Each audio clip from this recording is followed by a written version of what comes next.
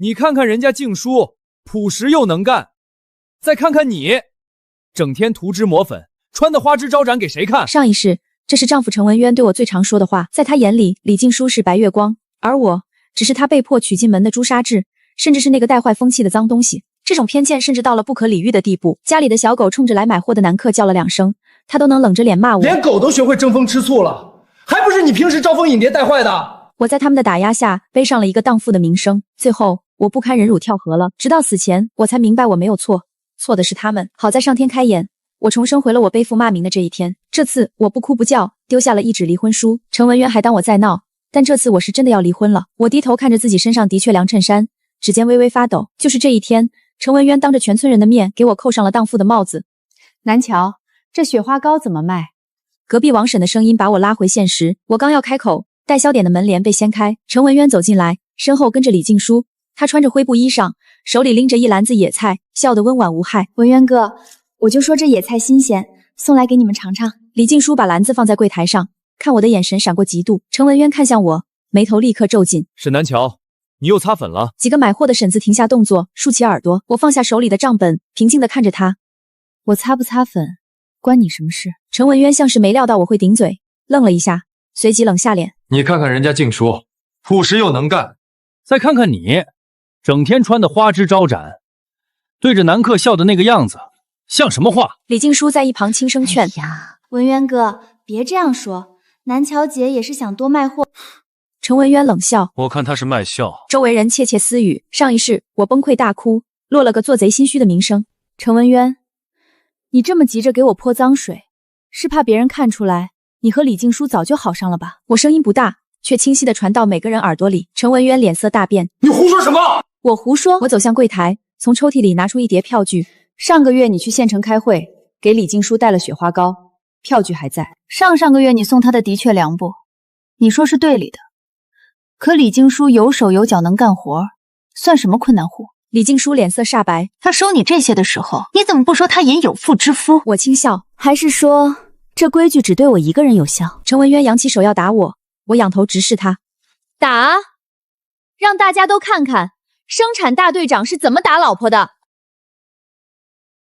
他的手僵在半空，李静书哇的哭出声，捂着脸跑了。程文渊狠狠瞪我一眼，追了出去。代销点里鸦雀无声，我随即变了一副脸面，对王婶笑道：婶子，雪花膏3毛5一盒，还要别的吗？这天傍晚，程文渊没有回家，我在桌前签好了离婚申请书。可离婚并不容易，需要大队证明，公社批准，但谁也别想拦我。门被踹开时，我正在收拾行李，程文渊带着一身酒气闯进来，身后还跟着大队支书和几个长辈。李静书躲在人群最后，眼睛哭得红肿。沈南乔，给静书道歉！程文渊指着我，我把叠好的衣裳放进包袱，头也不抬。我凭什么道歉？你污蔑她的名声！程文渊声音拔高。她一个清清白白的姑娘，被你说的那么难听，以后怎么嫁人？我转过身，看着这个结婚2年的丈夫，可此刻他涨红着脸，为了另一个女人对我怒目而视。我只觉得可笑。我反问：收有妇之夫送的雪花膏的确良，这叫清白？那我每天站柜台卖货，怎么就成了荡妇？大队支书咳嗽一声：南乔啊，这话不能这么说。文渊是队长，关心村里人也是应该的。你作为妻子，要体谅丈夫的工作嘛。隔壁张婶帮腔：是啊，静书那孩子我知道，老实本分，不会那些弯弯绕绕。李静书适时的抽泣一声，引得几个长辈纷纷安慰。我看着这一幕，忽然明白上一世为什么会输，不只是输在程文渊手里，更是输在这个年代。男人是天，丈夫是地，女人质疑丈夫就是不贤，打扮漂亮就是不真。程文渊，离婚吧。我从抽屉里拿出写好的纸，拍在桌上，满屋寂静。程文渊像是听到了天大的笑话。你说什么？我一字一顿，明天我就去公社申请，你放心，我不会要你1分钱。你疯了？就因为这点事儿？程文渊慌了，我笑了。你当众骂我荡妇，是这点事儿？程文渊，我沈南乔再见，也不见到给这种男人当老婆。李静书忽然开口，声音细弱：南乔姐，你别冲动，文月哥心里是有你的。我冷冷看他：你闭嘴，这里没你说话的份儿。跟着一个有妇之夫跑前跑后，你爹娘没教过你什么叫羞耻。李静书脸色涨红，眼泪簌簌往下掉。程文渊暴怒：沈南乔，有什么冲我来？我指着门外：这日子我过够了。我拎着包袱往外走，长辈们拦着劝。南乔，使不得呀，女人离婚以后怎么活？就是啊，文渊就是一时糊涂，你忍忍就过去了。我回头看着这些熟悉的面孔，婶子们，你们忍了半辈子，换来什么了？没人回答我。我推开院门，身后程文渊在喊：沈南乔，你出了这个门就别回来。他冷笑一声，语气里带着胜券在握的笃定。想离婚？你休想！只要我不松口，公社就不会批。你这辈子都是我程家的人，死了也是程家的鬼。我没回头，我径直去了公社。我从怀里掏出早已写好的材料，塞进举报信箱。上一世我天真的以为只要离婚就能解脱，结果被他泼了一身脏水。第二天天刚亮，就听见村子有人嚷嚷：程队长被停职了，公社来人了。程文渊跟在大队干部身后，脸色铁青。傍晚，程文渊站在我父母留下的旧房子前，眼睛血红，身上还带着酒气。沈南乔，是不是你干的？他扑上来要抓我，我侧身躲开，从枕头底下摸出剪刀对准他。再往前一步，我就喊人。他僵在原地，手指发抖。你举报我，你这个毒妇！我轻笑。程文渊，你先造谣我荡妇，又污蔑我外头有人，我不过是把你做的事原原本本告诉公社，这就叫毒。他脸色青一阵白一阵。那咱们就等公社的调查结果。反正我光脚的不怕穿鞋的，这队长你当的不安稳，咱俩就一起完蛋。程文渊指着我，声音发颤：你以前不是这样的。我看着他，以前我傻，以为忍一忍就过去了。现在我想明白了，对付你这种人，就得比你更狠。他踉跄着退了2步，声音沙哑：沈南乔，你到底想怎样？我要干干净净的离婚。程文渊盯着我看了很久，最后从牙缝里挤出一个字：好。离婚手续办得很快，程文渊在公社签了字，全程黑着脸。我拿着离婚证明走出村子，村里人指指点点，都是看热闹的。我坐上了去县城的拖拉机，颠簸了2个小时，又转乘公共汽车。我攥着兜里仅有的12块钱，想找家便宜的招待所。路过一个卖针线的摊位时，看见一个头发花白的老太太正费力地张罗生意，摊位前冷冷清清。大娘，这顶针怎么卖？我停下来问。3分钱一个。老太太叹了口气。我看了看她的摊位，东西堆得乱七八糟，价格也没标清楚。我挽起袖子：大娘，我帮您吆喝2声。老太太一愣：你？我以前在村里代销店干过，会卖货。我笑了笑，不等她回答，就扯开嗓子喊起来。我声音清亮，口齿伶俐，又懂得看人下菜碟。不到半个时辰，摊位前围满了人。老太太的存货卖出去大半。姑娘，你可真神了！老太太笑得合不拢嘴，拉着我的手不放。我女婿是百货大楼的副经理，他们纺织柜台正缺个售货员。你要是不嫌弃，我给你引荐引荐。我愣住了，随即心跳加速。大娘，您说的是真的？老太太拍着我的手。我就住在前面筒子楼，咱回去慢慢说。我这辈子识人准，你这丫头机灵嘴甜，会来事儿。去百货大楼委屈不了。我帮老太太扛着剩下的货物，跟着她走进一条巷子。老太太姓周，以前是大户人家的太太，拉着我问长问短。我成了周老太太的房客，1个月5块钱，包吃住。第2天，老太太就拉我到百货大楼。经理是个40多岁的中年人，打量我几眼。妈，这就是您说的那个会卖货的丫头？周老太太把我往前一推：可不是，半个时辰卖出去我1天的货，这样的本事你上哪儿找去？经理和老太太对视一眼，老太太瞪他：还犹豫啥？我眼光什么时候错过？行，刘经理笑了。妈都发话了，我敢不从？3天后，我正式成了百货大楼的售货员。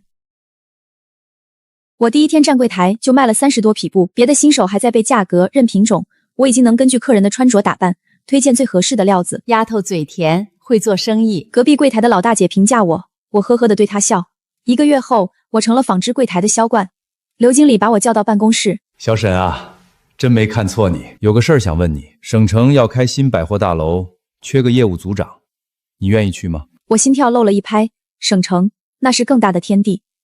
愿意。回村那天，我特意穿得靓丽，一路上引来无数目光。那是南乔。哎呦，真是他，穿得跟城里人似的。听说在县城百货大楼上班，挣大钱了。我没理会这些议论，径直走向公社。我要把户口迁到城里，需要大队开证明。路过代销点时，我停下了脚步。柜台前冷冷清清，我走近了才看清，柜台后坐着的是李静书，脸色阴沉，跟谁欠了他钱似的。这盐多少钱？李静书头也不抬：8分。以前不是7分吗？涨价了。李静书不耐烦，老太太嘟囔着走了。我站在门口，看着货架上积灰的搪瓷盆，摆放凌乱的肥皂，心里了然。王婶从隔壁出来，看见我，眼睛一亮：“南乔，你怎么回来了？办点事儿。”我拉着她到一旁：“代销点怎么成这样了？”王婶叹气：“别提了，你走后，程文渊让李静书来帮忙，说是帮忙，其实就是让他管账。这丫头算盘都不会打，价格记错好几回，还总板着个脸，跟客人欠他似的。以前你一天能卖几十块钱，现在大家都去隔壁村买了。程文渊呢？忙队里的事儿呗，哪有空管这个？”王婶压低声音：“我听说他和李静书闹别扭了。李静书想让他离婚娶她，他不同意，说影响不好。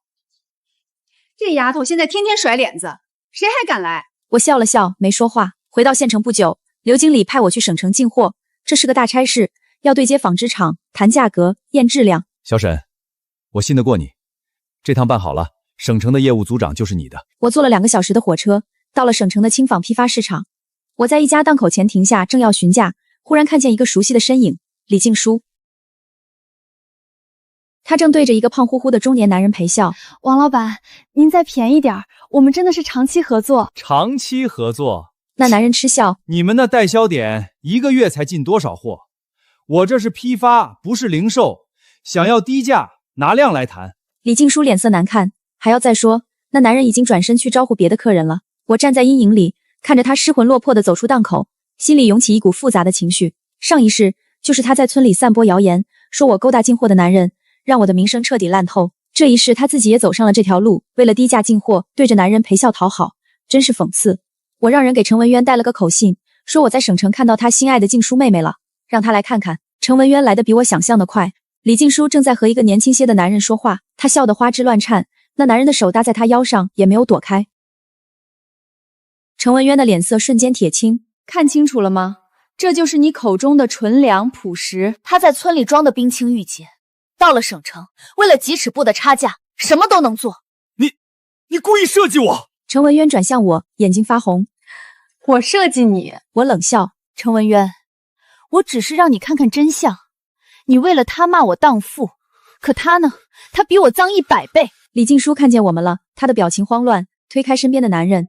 文渊哥，你听我解释，不是你想的那样。你不是说你是为了代销点才来的省城？李静书的眼泪说来就来。我是被逼的，进货价太高了，代销点要赔钱了，我只能……他猛地抬头看我，眼神像毒蛇。是你设计害我！我笑了。我让你对着男人撒娇，李静书，你骨子里就是这种人，装得了一时，装不了一世。程文渊像是第一次认识他，后退了2步。静书，你……程文渊！李静书忽然尖叫起来：“你凭什么怪我？要不是你没用，我至于这样吗？你答应过要娶我的，结果呢？你怕影响不好，怕丢了你队长的位子，让我白白等你2年。”他指着程文渊，面容扭曲：“你以为我想装？我不装你能看上我吗？你喜欢的不就是纯良朴实吗？我装的累死了。那个代销点，我根本不想管，天天算账算得我头疼。可你呢？你只会说再等等，再忍忍。”程文渊像是被雷劈中，呆立原地。李静书又转向我，眼神怨毒：“沈南乔，你得意什么？你以为你赢了？你不过是个离婚的女人，一辈子被人戳脊梁骨。那也比你好。”我平静地说：“我靠自己吃饭，堂堂正正。你呢？离了男人，你连进货都进不明白。”他扬起手要打我，程文渊一把抓住他：“够了！你帮他！”李静书不敢置信，他转身要走，李静书在身后尖叫：“程文渊，你会后悔的！没有我，你那个代销点迟早完蛋！”他走到我面前，张了张嘴，像是想说什么。我抢先开口：“程队长，戏看完了，麻烦让让，我要回去交差了。”南乔，他声音低到听不见。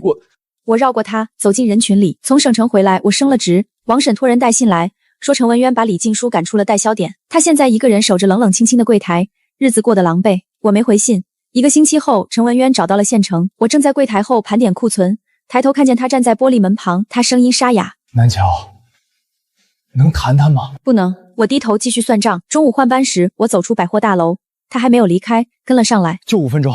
他从怀里掏出一个布包，里面是一沓毛票和几张粮票。这是我攒的代销点这2个月的收入，我知道不多，但是……我看着他，程文渊，你想用钱买我原谅？不是，他急了。我是想让你知道，我知道错了。李静书的事是我瞎了眼。你当初说的都对，我是自卑。我看你卖货比我强，我心里不痛快。现在知道错了，我笑了。晚了。我转身要走，他一把抓住我手腕。南桥，你给我个机会，我可以去公社澄清，以前是我误会你，是我混账。我甩开他，然后我跟你回去，继续当那个任人打骂的沈南桥。他慌乱的摇头。不是，我们重新开始，我保证，以后你说什么就是什么。程文渊，我打断他，你知道我最恨你什么吗？他愣住。不是你骂我，不是你拿我和李静书比，是你从来不信我。我一字一顿，我在你眼里从来就不是个正经女人。我现在知道了。你现在知道，是因为李静书让你看清了什么叫真正的不正经。我冷笑。可如果没有他呢？你是不是一辈子都觉得我脏？程文渊张了张嘴，说不出话。你的道歉我不接受，是因为你不配，你配不上我当初的真心。我转头就走进百货大楼，他在身后喊：南桥，我会证明给你看的，我是真的知道错了。当天下午，我听同事说，有个男人在百货大楼门口站了一下午，逢人就说他前妻是好人，是他瞎了眼。保安来赶，他就去街对面站着继续喊。我趴在柜台上笑出了眼泪。程文渊，你这是道歉还是道德绑架？你以为让全世界知道你有错，我就必须原谅你？程文渊的道歉持续了3天。第1天他在百货大楼门口喊，第2天他去了公社找领导作证，说他以前造谣我当父是污蔑。第3天他回了村，在代销点门口摆了张桌子，当着全村人的面念他写的悔过书。王婶带信来说村里轰动了，有人骂我心狠，我只回了一句话：随便他吧。第4天，程文渊又来了百货大楼，这次他没在门口喊，而是径直走到我柜台前。南桥，全村人都知道我以前对不起你，你解气了吗？我正在给客人包布料，头也不抬。解气？程文渊，你以为这是做买卖，你付出多少我就该回报多少？我不是这个意思。你当众道歉是要逼我原谅吗？我要是不原谅，就是我不识好歹，得理不饶人。程文渊脸色变了。我没有。我声音冷下来。程文渊，你就是在逼我，你用全村人的嘴逼我。你道了歉，我就必须接受，否则就是毒妇。你这招比当初骂我荡妇还狠。他后退一步，像是被抽了一巴掌。我从柜台后走出来，直视他。你从来都是这样的，根本不知道自己错在哪里。程文渊哑口无言。从我的世界里彻底消失，别再用你的深情恶心我。我们两清了，听懂了吗？他站在原地，脸色灰败。我转身回柜台，听见他在身后说：南桥，你是不是有别人？我回头看见他眼里扭曲的嫉妒。有又怎样？没有又怎样？我轻笑，他像是被刺痛，猛地上前一步。我就知道你在百货大楼天天对着男人笑。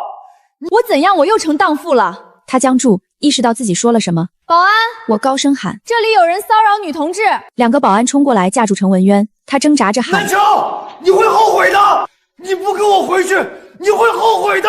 我被他眼里的疯狂惊了一下，随即冷笑：我最后悔的就是嫁给你。程文渊被拖了出去，列入百货大楼黑名单。我以为这事结束了，没想到第2天我就收到了停职通知，有人举报你作风不正，和多名男客户有不当来往。主管皱着眉看我。小沈，我是信你的，但上面要查，你得先停职配合调查。我接过通知，心中了然。程文渊，你真是狗改不了吃屎。停职的2天，我过得格外平静，该吃吃，该睡睡。很快，调查结果出来了，上面派人来百货大楼找我谈话，态度很和气。南桥，有关你的举报，经查证是有人恶意造谣。我点点头，谢谢组织还我清白。另外，我们在调查中发现，你在代销点期间成绩优异，创新了销售方法。省商业厅正在搞优质服务评比，你的材料我们已经报上去了。我愣了一下，他笑了笑。你在县城百货大楼的表现，刘经理也写了推荐信，组织上决定提拔你为省城百货大楼纺织部副经理，下月报到。我走出会议室时，脚步都是飘的。主管在门口等我，笑得见牙不见眼。小沈，不，沈副经理，恭喜啊！上面说了，这是破格提拔，全省独一份儿。我道了谢，回到柜台收拾东西，同事们纷纷围上来道贺我。沈副经理，外面有人找。一个同事挤进来说，我走出去，看见陈文渊站在街对面，脸色惨白如鬼。你升职了？他声音发颤。他们查了你，你还升职了？是啊，我微笑，这也有你的帮助，我还要好好谢谢你呢。他冲过来，被保安拦住。不可能！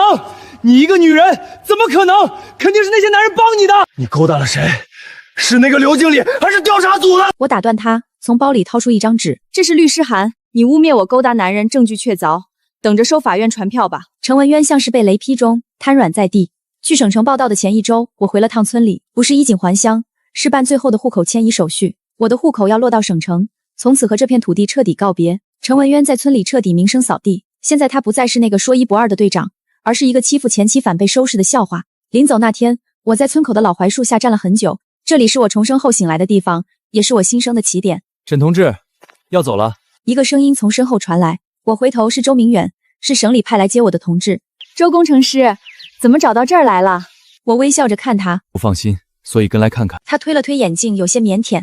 顺便和你商量个事儿。什么事儿？他深吸一口气，从口袋里掏出2张电影票。省城新开了电影院，你愿意去看吗？我愣住了，上辈子加这辈子2辈子加起来，我第一次收到男人正经的约会邀请，不是陈文渊那种你应该嫁给我的理所当然，而是小心翼翼地问我你愿意吗？我愿意。周明远笑了，眼睛亮得像星星。5年后，我成了省城百货大楼的总经理，我结了婚，对象是周明远，他支持我的一切决定。南桥，你想飞，我就给你造翅膀。我们在南方待了2年，把3家濒临倒闭的百货大楼扭亏为盈，组织上给我记了2等功，报纸上说我是新时代女性楷模。第5年春天，我因为业务需要回到了最初的县城，这里变化很大，我走在熟悉的街道上，几乎认不出来。沈总，接下来去哪里？随行的小张问我。去村里看看。汽车沿着记忆中的土路行驶，5年了，我以为自己早就忘了这里，可每经过一个路口，记忆都清晰如昨。南桥，我回头看见王婶。真是你！我的老天爷，这通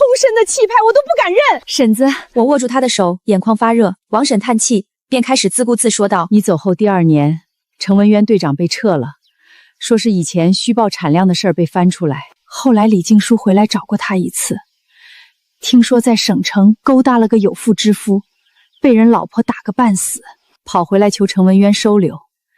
陈文渊没要他，一个人过到现在。他现在在哪儿？王婶指了指远处，田里呢，天天种地，话也不说，跟个哑巴似的。有时候路过代销店旧纸，能站1下午。我顺着他指的方向看去，要去看看吗？不了，过去的事儿就让他过去吧。有些债他已经用1辈子还了，有些错我不原谅，但也不再恨，因为我有了更好的人生。在省城待了3天，处理完公务，我准备返回南方。临走前，我去了趟公墓，我在坟前跪下，磕了3个头。爹娘，女儿来看你们了。风吹过松林，发出呜呜的声响，像是回应。女儿现在过得很好，有事业，有家庭，有人真心待我。我烧了些纸钱。陈文渊的事儿，你们大概也知道了。我不恨他了，但每个人都要为自己的选择买单。火焰熄灭，余烬微红。我站起身，拍拍膝盖上的土。爹娘，我走了。走出公墓，周明远正在车旁等我，他怀里抱着我们的女儿3岁，正是最闹腾的时候。妈妈，女儿看见我，张开小手要抱，我接过她，在她脸上亲了一口。汽车启动，驶向远方。我看着窗外的风景，飞速后退。这一生我重活过1次，才真正明白，女人的价值从来不在男人的评价里，不在清白的名声里，而在自己的双手中，在自己的选择里。未来还有更长的路要走，更多的山要爬，更亮的星要追。汽车驶离公墓，周明远稳稳握着方向盘，女儿沈念安趴在我怀里，小手指着窗外掠过的绿树，咿咿呀呀地喊着好看。我低头亲了亲她软乎乎的脸颊，心里满是安稳。5年的时光足够磨平所有伤痛，也足够让我从一个被污蔑的农村妇人长成独当一面的百货大楼总经理。周明远从不会干涉我的工作，只会在我加班时送来热饭，在我遇到难题时安静倾听。他给我的从来不是束缚，而是底气。周明远侧过头看我，眼神温柔。这次回南方，总部那边是不是有新安排？我点点头，指尖轻轻摩挲着女儿的头发。总部想让我牵南头做全国连锁百货的试点，把南方的模式复制到北方，还要成立专门的女性职工培训中心，帮更多没出路的女人找份工作。周明远笑了，我就知道，你永远停不下来。家里你放心，念念我会照看好，你只管去做想做的事。我靠在椅背上看着身边的父女俩，心里感慨万千。上一世我跳河时，从没想过自己能拥有这样圆满的人生。可车刚驶出县城地界，随行的小张突然接到了总部的紧急电话，脸色瞬间变得凝重。沈总，不好了，南方总部的3家试点百货大楼被人举报涉嫌偷税、利税、哄抬物价，省调查组已经进驻，所有业务暂停，您的职务也被暂时停职，要求立刻返回配合调查。我心里猛地一沉，握着女儿的手不自觉收紧。偷税漏税、哄抬物价，这2项罪名足以让我多年的心血毁于一旦，甚至背上法律责任。周明远立刻稳住情绪，别慌，我们现在立刻掉头回省城，先找总部了解情况。你做事一向规矩，不可能出这种问题。我深吸一口气，压下心头的慌乱。我掌管百货大楼多年，账目每一笔都清清楚楚，物价严格按照商业局规定执行，绝不可能违规。这背后一定有人故意陷害。汽车掉头一路疾驰，我把女儿交给周明远照顾。我开始翻看小张带来的近期账目和文件，一页页核对，指尖越翻越快，脸色越来越冷。账目被人动过手脚，原本合规的进项票据被替换，销售记录被篡改，甚至有几笔虚假的高价交易被安在了我的名下。所有证据都指向我亲自受益，是内鬼。我放下文件，声音冰冷。只有核心管理层才能接触到这么机密的账目和销售数据。周明远握住我的手，我陪你一起回去，不管是谁，我们都能查清楚。回到南方总部大楼里，人心惶惶，员工们窃窃私语，看向我的眼神充满了怀疑。调查组的组长是我认识的老领导，看到我回来，语气复杂。南桥，我知道你的为人，但证据确凿，我们只能按流程办公。你先配合调查，有问题随时说。我没有辩解，只是平静地说，我配合调查，但我要求保留所有账目原件，并且亲自核查每一笔数据。我沈南桥行得正，坐得端，绝不会认这种莫须有的罪名。调查持续了3天，我吃住都在总部的办公室，没日没夜的核对数据，查找漏洞。周明远每天都来给我送吃的，帮我整理资料。女儿想我，他就带着孩子在楼下等，不让我分心。就在我快要找到账目被篡改的关键证据时，调查组突然收到了新的举报材料，有人拿出了我当年在县城百货大楼被程文渊举报作风不正的旧闻，添油加醋的说我当年就是靠不正当关系上位，现在的成绩都是靠投机取巧，偷税漏税是迟早的事。一时间舆论哗然，新时代女性楷模的头衔瞬间变成了笑话，报纸上开始出现负面报道，街头巷尾都在议论我一个离婚女人爬得太高，心术不正。总部的压力越来越大，有人提议直接开除我，平息舆论。我坐在办公室里，看着窗外的车水马龙，心里没有愤怒，只有冷静。上一世我被谣言逼死，这一世我绝不会重蹈覆辙。就在这时，办公室的门被推开，周老太太拄着拐杖走了进来，身后跟着刘经理。周老太太是我这辈子的贵人，当年若不是她引荐，我也不会有今天。她一进门就拍着桌子骂：哪个缺德的东西害我们南桥？我活了这么大岁数，从没见过这么规矩、这么能干的孩子。当年他在县城半个时辰卖光我1天的货，靠的是真本事，不是什么歪门邪道。刘经理也拿出一份文件。沈总，我把你当年在县城、省市所有的销售记录、获奖证明都整理好了，还有当年调查组给你澄清作风问题的官方文件，都能证明你的清白。当年停职调查的记录我一直留着，就是怕有人拿旧闻做文章。我看着2位老人，眼眶一热。这么多年，他们一直站在我身后，是我最坚实的后盾。刘经理，周奶奶，谢谢你们。周老太太握住我的手，傻孩子，谢什么？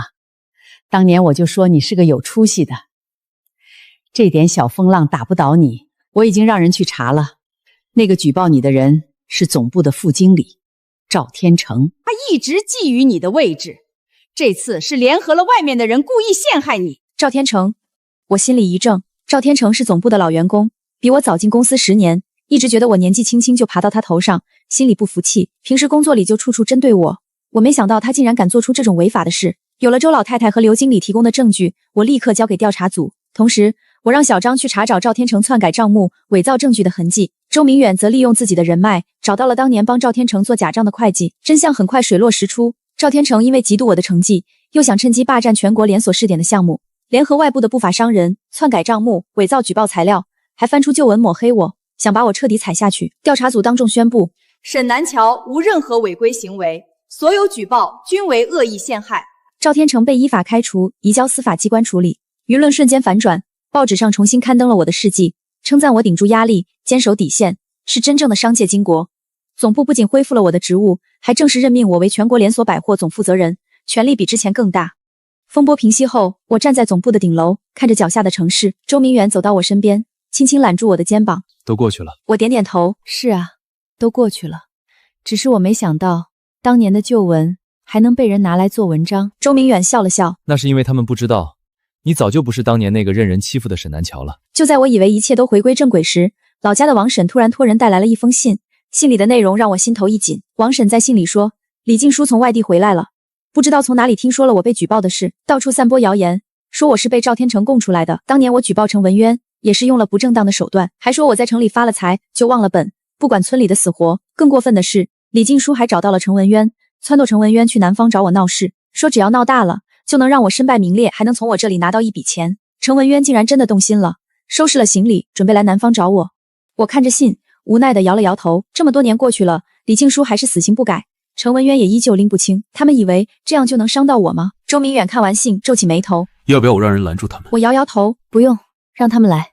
有些事该做个了断了。3天后，程文渊和李静书果然出现在了总部大楼门口。程文渊穿着一身洗得发白的旧衣服，头发花白，背也驼了，再也没有当年生产大队长的威风。李静书则打扮得花枝招展，脸上涂着厚厚的粉，眼神里满是算计。保安要拦他们，我挥挥手让保安放行。两人走进我的办公室，李静书立刻摆出一副可怜的样子。南乔姐，我们知道你现在发达了，我们在村里过得太难了，你就可怜可怜我们，给我们点钱吧。程文渊也跟着说，南乔，当年是我对不起你，我知道错了，你现在这么有本事，就帮衬我们一把吧。要是你不答应，我们就天天在你公司门口闹，让所有人都知道你忘恩负义。我看着眼前这两个人，只觉得可笑又可悲。我靠在椅背上，语气平静。我欠你们的吗？当年程文渊你当众骂我荡妇，逼得我走投无路。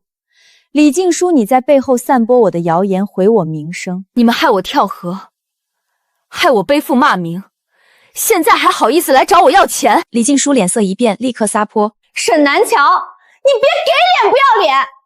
当年要不是文渊娶你，你早就饿死在村里了。现在你发达了，就想撇下我们，我告诉你，没门儿！程文渊也跟着附和。对，你必须给我们钱，不然我们就去举报你，说你当年离婚是因为出轨，说你现在的地位都是靠男人。我冷笑一声，按下了办公室的录音按钮，然后拿出一份文件。你们要举报是吧？正好，我这里有当年公社给我澄清的证明，有程文渊你当众悔过的记录，还有李静书，你当年在省城和男人勾勾搭搭被抓的证据。你们尽管去闹，看看最后谁身败名裂。两人的脸色瞬间变得惨白。我继续说，我今天能见你们，不是怕你们闹，是想告诉你们，过去的事我早就放下了，但这不代表我会任由你们欺负。我能有今天，靠的是我自己的双手，不是你们嘴里的歪门邪道。程文渊，你一辈子活在自卑和嫉妒里，毁了自己，也毁了别人。李静书，你一辈子靠装可怜攀附男人过日子，永远活在阴沟里。你们的人生是你们自己选的，和我无关。现在立刻从我这里离开，以后不要再出现在我面前，否则我不介意让你们为当年的所作所为付出更大的代价。我的语气冰冷，眼神坚定。两人被我吓得浑身发抖，再也不敢撒泼，灰溜溜的转身就跑。看着他们狼狈的背影，我轻轻叹了口气。真正的放下不是原谅，而是不再让他们影响我的生活。解决了程文渊和李静书的纠缠，我全身心投入到全国连锁百货的建设中。我成立了女性职工培训中心，专门招收农村妇女、离婚女性、下岗女工，教她们销售、记账、管理，让她们靠自己的本事吃饭，不用再看男人的脸色，不用再被世俗的偏见束缚。第一批培训的学员里，有一个叫小莲的姑娘，和我当年一样，被丈夫家暴、污蔑，被迫离婚，走投无路。我把她留在身边，手把手教她做生意，就像当年周老太太教我一样。小莲很聪明，也很努力，短短1年就成了一家分店的店长。她握着我的手，哭着说：“沈总，要是没有你，我真的不知道该怎么活。”我拍着她的手说：“不是我救了你，是你自己救了自己。女人只要肯努力，不依附别人，就永远不会被打垮。”几年时间里，我的连锁百货开遍了全国20多个城市，女性职工培训中心培养了上千名优秀的女性职工，很多人都成了独当一面的店长、经理。我被评为全国劳动模范，登上了国家级的报纸，成为了无数女性的榜样。周明远一直陪在我身边，女儿沈念安也长大了，成了一个聪明懂事的小姑娘。他总是骄傲地对别人说：“我妈妈是最厉害的人。”这一年，我带着周明远和女儿再次回到了老家的村子。村子里变了很多，土路变成了水泥路，代销点的旧址变成了小超市，只是生意依旧冷清。王婶看到我，激动地拉着我的手不放。南乔，你可回来了！现在整个村子谁不羡慕你呀？你真是给我们女人长脸。我笑着和王婶寒暄，转头看到了田边的陈文渊，他更老了，独自在田里干活。看到我，眼神里满是愧疚和躲闪，没有上前打扰，只是默默地低下头继续干活。李静书则早就离开了村子，听说又去勾搭男人，最后被人抛弃，流落街头，再也没有了消息。我没有再去打扰他们，每个人都有自己的人生，他们的结局是自己选的。我去了父母的坟前，再次跪下磕头。爹娘，女儿没有让你们失望，女儿靠自己的双手活成了你们希望的样子。女儿帮了很多和我当年一样的女人，让她们都能挺直腰杆做人。你们放心，我会一直好好活下去，带着念念和明远一起过一辈子安稳幸福的日子。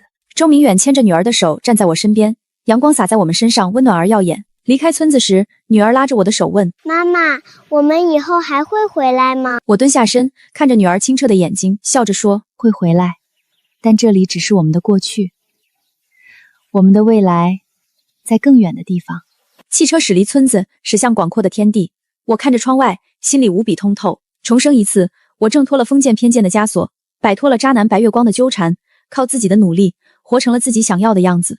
女人的价值从来不在男人的评价里，不在世俗的眼光里，而在自己的双手中，在自己永不放弃的坚持里。南桥生新绿，枯木又逢春。我的人生才刚刚开始，未来的路我会带着爱与勇气一直走下去，走出属于自己的繁花似锦。我开始着手推进百货行业的数字化改革，引进新的销售模式，让传统百货跟上时代的脚步。总部的年轻员工们都很佩服我，说我不仅有老一辈的踏实，还有新一代的眼光。我经常给员工们讲课，讲我当年在村里代销点卖货的经历，讲我被污蔑、被陷害又重新站起来的故事。我告诉他们，不管遇到什么困难，都不要放弃自己，不要依附别人，靠自己永远最踏实。周明远成了我最坚实的后盾，他支持我的所有决定，帮我处理生活里的所有琐事，让我能全身心投入工作。我们的感情没有轰轰烈烈的誓言，只有细水长流的陪伴，平淡却无比珍贵。女儿沈念安长大后，继承了我的聪明和周明远的稳重，考上了名牌大学，选择了商业管理专业。她说：“我要像妈妈一样，做一个独立、强大、能帮助别人的人。”数字化改革推进到第3个月，总部上下一片热火朝天。我坐在办公室里，盯着屏幕上刚传过来的试点城市数据，指尖在桌面上轻轻敲击。女儿念安放了暑假，跟着周明远来公司，正安安静静坐在角落看商业书籍，偶尔抬头冲我笑一笑。小张气喘吁吁冲进来，手里攥着一份报纸，脸色发白。沈总，不好了！省城、沪市、扬州3家核心门店同时被人举报售卖劣质纺织品，还有顾客上门闹事，记者都围过来了。我心头一沉，立刻起身，通知所有区域经理，半小时后开紧急视频会议，把闹事现场的视频、举报材料全部发过来。另外，联系质检部门，立刻对涉事门店所有货品进行抽检。周明远起身按住我的肩，别慌，我陪你去沪市现场，你坐镇总部指挥。我点点头，快速整理好文件。刚打开视频会议，屏幕上就弹出3家门店的混乱画面，顾客举着布料堵在门口，记者举着相机不停拍摄，还有人举着牌子写着沈南桥卖假货赚黑心钱。更让我意外的是，人群里竟然站着一个熟悉的身影，赵天成的远房表弟赵天。他当年因为赵天成的事被公司开除，一直怀恨在心，这次显然是有备而来。沈总，赵天磊在背后煽动顾客，说我们的布料是残次品，穿一次就破，还说您当年靠不正当手段上位，现在开始坑老百姓了。沪市门店经理急得声音发颤，我盯着屏幕里赵天磊得意的嘴脸，冷声道：第一，稳住顾客，承诺3天内给出质检报告，假1赔10。第二，拦住记者，把我们的进货凭证、质检合格证明全部展示出来。第三，报警，告赵天磊寻衅滋事、恶意诽谤。挂了会议，我立刻让小张调取近3个月的进货记录，所有布料都是从国营纺织厂直接采购，每一批都有质检章，绝不可能是劣质品。问题一定出在中间环节，有人偷偷换了货品。当天下午，周明远抵达沪市，第一时间冲进闹事现场。他没有和顾客争执，只是把进货合同、纺织厂的质检报告、历年的销售记录一一摆在桌上，声音沉稳有力。我们沈总做百货10年，从来没卖过一件假货，大家可以等质检结果。要是真有问题，我们全额赔偿，还额外补偿损失。顾客们原本是被赵天磊煽动，看到实打实的证据，情绪渐渐平复，只有赵天磊还在叫嚣。大家别信他，沈南桥就是个黑心商人，当年在村里被骂荡妇，现在到城里坑人。周明远眼神一冷，直接让警察把人带走。赵天磊挣扎着喊：我不会放过你们的，我还有后手。与此同时，省城质检部门的报告出来了，所有货品全部合格。所谓的劣质布料是赵天磊花钱雇人，偷偷把门店里的正品换成提前准备好的残次品，故意栽赃陷害。本以为事情就此平息，没想到第二天，全国多家报纸同时刊登负面文章，标题刺眼：昔日女性楷模售假坑民，沈南桥名利双收藏黑心。文章里不仅翻出我当年被陈文渊污蔑的旧闻，还编造我挪用公款、偷税漏税、压榨员工，甚至把女性职工培训中心说成是拉帮结派、搞不正当关系的窝点。总部的电话被打爆，合作的纺织厂纷纷发来问询函，部分门店的客流量直接腰斩。董事会连夜召开会议，有人提议暂停我的职务，平息舆论。沈南桥，你必须给董事会一个交代！老董事拍着桌子，语气严厉。现在全国都在骂你，再这样下去，我们整个连锁百货都要完蛋！我平静地看着他。我可以配合调查，但我不会辞职。所有问题都是人为陷害，3天内我会拿出所有证据，自证清白。走出会议室，周明远已经在门口等我。我已经让人去查那些报社的背景，还有赵天磊的资金流向，背后一定有人撑腰。他递给我一杯温水，我接过水杯，指尖微凉。10年顺风顺水，我以为早已站稳脚跟，却没想到有人还在盯着我，想把我彻底拉入深渊。当晚，我住在公司，通宵整理证据。小张敲开办公室门，脸色凝重。沈总，查到了，赵天磊的幕后金主是南方私营百货联盟的会长孙万通。我心头一震。孙万通是改革开放后最早一批做私营百货的商人，一直是我们国营连锁百货为眼中钉，多次在商业场合打压我们。这次竟然用这么下作的手段。更麻烦的是，王婶突然从老家打来电话，声音带着哭腔：南桥，不好了，程文渊被人忽悠了，说只要帮孙满通抹黑你，就能拿到一笔钱。他现在正跟着孙万通的人，准备去京城举报你。我皱紧眉头，程文渊这辈子都活在嫉妒和不甘里。当年没能毁掉我，现在又被人当枪使。李静书也不知道从哪儿冒出来，跟着程文渊一起到处散播我的谣言，说我在城里包养小白脸，侵吞国家财产，屋漏偏逢连夜雨。总部的老会计突然找到我，吞吞吐吐地说：沈总，当年赵天成篡改账目时，偷偷留了一份虚假报表，现在被孙万峰拿到了，他准备明天在京城的商业听证会上拿出来，告你经济犯罪。所有线索拧成一股绳，孙万通牵头，赵天磊执行，程文渊和李静书当帮凶，想一次性把我扳倒，抢占我们的市场份额。我靠在椅背上，深吸一口气。上一世我被谣言逼死，这一世我绝不会再任人宰割。明远，我拿起电话，帮我联系京城的老领导，还有当年给我澄清的公社干部周奶奶、刘经理，我需要所有人帮我作证。另外，把赵天磊换假货的监控、孙问通收买记者的证据、程文元和李静书造谣的录音全部整理好。明天我亲自去京城。周明远立刻答应。我陪你一起去，念念交给周奶奶照顾。第二天，京城商业听证会现场座无虚席，孙万通带着赵天磊、程文渊、李静书坐在原告席，一脸胜券在握。孙万通站起来，举着那份虚假报表：各位领导，各位媒体朋友，沈南桥利用职务之便篡改账目，透税漏税，售卖劣质商品，坑害消费者。这样的人不配当全国劳动模范，不配掌管国营百货。程文渊立刻站起来，红着眼睛喊：我是沈南桥的前夫，我可以作证。他当年在村里就作风不正，现在到了城里更是无恶不作。李静书也跟着抹眼泪。我亲眼看见他和男客户勾勾搭搭，靠不正当关系上位，他的钱都是坑来的。现场一片哗然，记者们的相机不停闪烁。孙万通得意地看向我，仿佛已经赢了。我缓缓站起来，手里拿着一叠证据，声音清晰而坚定。首先，这份报表是赵天成当年恶意伪造，已经有司法机关的鉴定证明，属于无效证据。我把鉴定报告递给主席台，继续说。其次，所谓的劣质商品是赵天磊雇人偷偷替换的，监控录像、警方笔录、质检报告全部在这里，证明我们的货品合格合规。大屏幕上播放出赵天磊雇人换假货的监控，还有他承认受孙万通指使的录音。现场瞬间安静下来，孙万通的脸色开始发白。我看向程文渊，眼神冰冷。程文渊，当年你当众骂我荡妇，逼我跳河，后来又在百货大楼门口道歉悔过，全村人都可以作证。你现在被孙万天收买，颠倒黑白，你对得起自己的良心吗？王婶和村里几位长辈突然从门口走进来，大声说：“我们可以作证，程文渊当年是冤枉南桥，李静书也是故意散播谣言。”周奶奶和刘经理也跟着进来，拿出我历年的销售记录、获奖证书、慈善捐款证明。南桥这些年帮了上千名农村妇女，捐了上百万建学校、修公路。他要是黑心商人，天底下就没有好人了。李静书吓得浑身发抖，当场瘫坐在地上。程文渊脸色惨白，一句话也说不出来。我最后看向孙万通：“孙总，你恶意竞争、诽谤他人、煽动闹事，已经触犯法律。我已经向法院提起诉讼，你等着接受法律的制裁吧。”听证会主席当场宣布：所有针对沈南桥同志的举报均为恶意诽谤，沈南桥同志清白无辜，孙万通等人涉嫌违法，移交司法机关处理。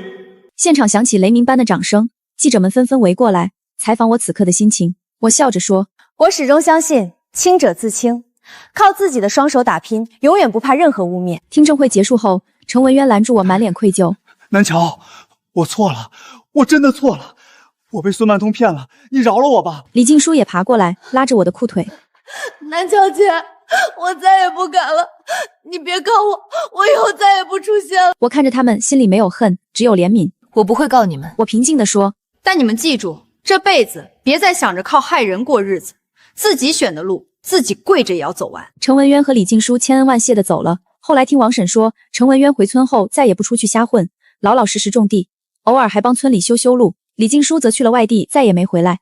据说找了个普通工人嫁了，踏踏实实过日子。孙万通、赵天雷等人因恶意竞争、诽谤、寻衅滋事等罪名被判处有期徒刑，私营百货联盟也随之解散。我们的连锁百货不仅恢复了客流量，还因为这次事件收获了更多消费者的信任，门店数量再次扩张。董事会重新任命我为集团董事长兼全国连锁百货总负责人，老董事们亲自向我道歉。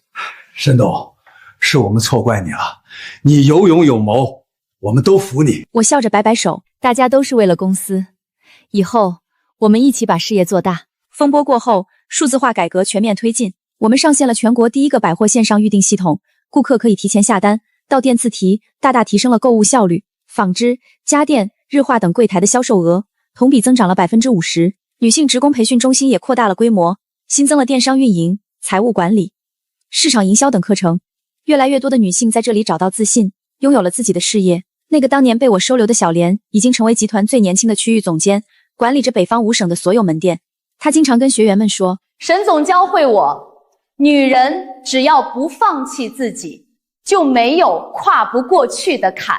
这年冬天，总部举办10周年庆典，邀请了所有老员工、合作伙伴，还有当年帮助过我的人。周奶奶穿着崭新的棉袄，拉着我的手笑个不停。我当年就说你是个有出息的，看看现在，真是给我们女人长脸。刘经理举起酒杯，沈董，我敬你。从县城百货大楼的售货员到全国连锁的董事长，你活成了所有人的榜样。周明远站在我身边，温柔地看着我。不管你是沈南桥，还是沈董事长，在我心里，你永远是那个勇敢、坚强的姑娘。女儿念安已经上了大学，穿着正装，落落大方。妈妈，我以后要比你更厉害，帮你把百货开到全世界。现场掌声雷动，我看着眼前的一切，眼眶微微发热。从重生那天被污蔑跳河，到如今站在万人中央，我用了10几年的时间，活成了自己想要的样子。庆典中途，小张突然进来汇报，沈董，京城传来消息，国家商业部要评选全国商业领军人物，推荐名单里有您。全场瞬间沸腾，这是国内商业领域最高的荣誉，是对我10几年打拼的最大认可。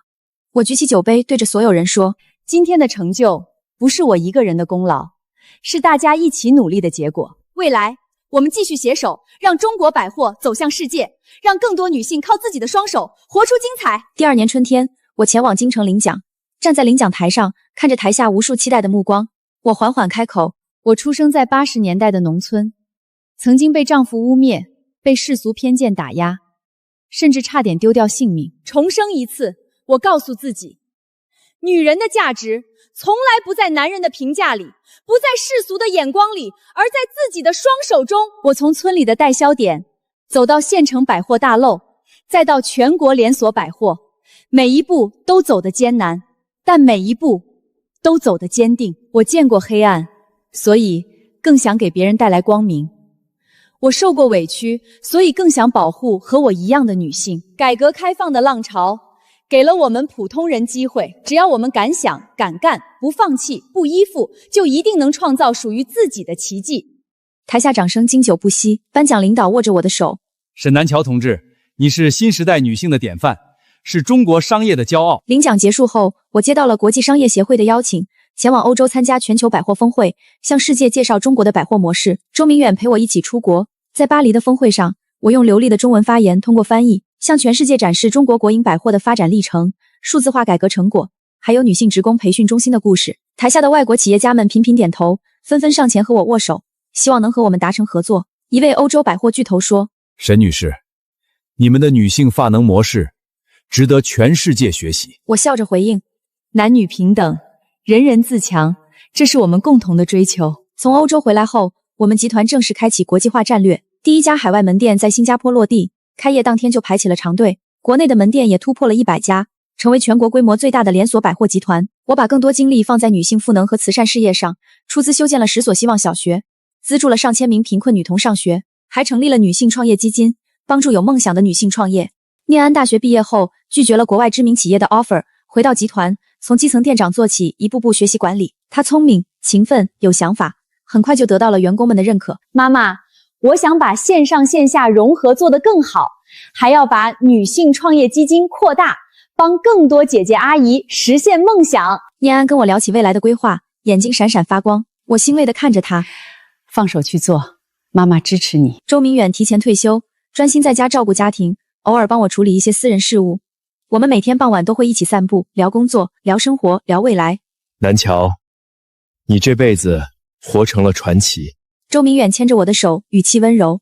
我靠在他肩上，笑着说：“不是传奇，只是我没向命运低头，没放弃自己。”这天我接到王婶的电话说，村里要修村史馆，想把我的故事放进去，让村里的孩子都以我为榜样。我带着周明远和念安回到老家，村子早已变了模样，水泥路通到家门口，家家户户盖了新房，代销点的旧址变成了村文化广场。陈文渊听说我回来，特意拎着一筐自家种的蔬菜过来，放下东西就想走。我叫住他：“陈文渊，留下来吃顿饭吧。”他愣了一下，点点头。饭桌上，他低着头，不停地给我夹菜。南桥，当年是我对不住你，你现在这么好，我真心为你高兴。我笑了笑，都过去了，以后好好过日子。李静书也托人带来一封信，信里说他现在过得很安稳，再也不搞歪门邪道。谢谢我当年没有追究他的责任。村史馆开馆那天，我站在自己的展板前，看着上面的文字和照片，从被污蔑的农村妇女到全国商业领军人物，短短几十年，恍如隔世。村里的孩子们围着我，仰着小脸问：“沈奶奶，你怎么这么厉害呀？”我蹲下来，摸着孩子们的头，轻声说：“因为不管遇到什么困难，都要相信自己，靠自己的努力就能变成厉害的人。”又过了5年，我正式退休，把集团交给念安和小莲打理。我和周明远搬到了海边的小城，每天看看海，散散步，偶尔去各地的门店看看，给员工们讲讲课。女性创业基金帮助了上万名女性成功创业，女性职工培训中心培养了数万名优秀女性人才。我的故事被写进教科书，激励着一代又一代的人。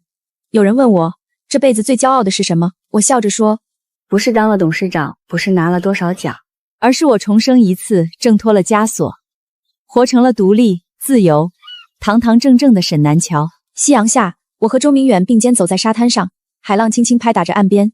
念安打来电话说，海外第3家门店即将开业，一切顺利。我挂了电话，看着天边的晚霞，心里无比安稳。重生80年代，我从泥泞中起身，一路披荆斩棘，开百货楼，做连锁，赋能女性，走向世界。我没有被偏见打倒，没有被困难吓退，靠自己的双手拼出了繁花似锦的人生。南桥生新绿，枯木又逢春。我的人生早已超越了曾经的期待，而未来依旧充满阳光与希望。我知道，只要心中有光，脚下有路，就永远能奔赴更美好的远方。